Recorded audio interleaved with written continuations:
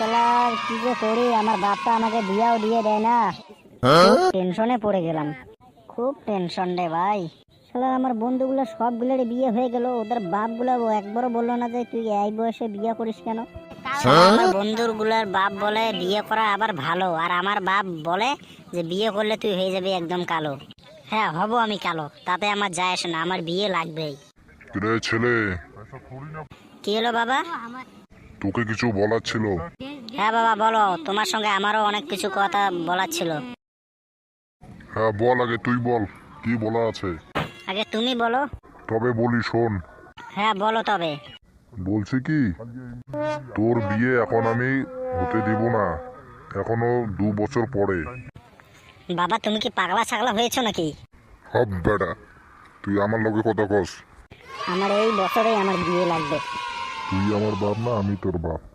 কেন, কোনো সন্দেহ? আচ্ছা তুই বল তো কাকে বিয়ে করবি। তোমার মাকে। হর বেটা কি কস। হ্যাঁ তুমি আমার মাকে বিয়ে করছিলে না? হ্যাঁ। বাস, তুমি আমার মাকে বিয়ে করেছো, আমি তোমার মাকে বিয়ে করব। আচ্ছা বল তো, তুই কি পাগল হয়ে গেছিস?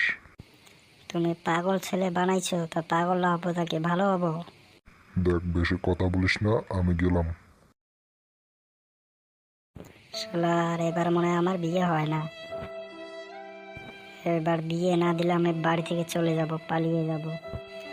এবার যাবোই বা কোথায়? থাকার জায়গা নেই, কাজ করার দোকান নেই, পুরা লাইফটাই বেকার।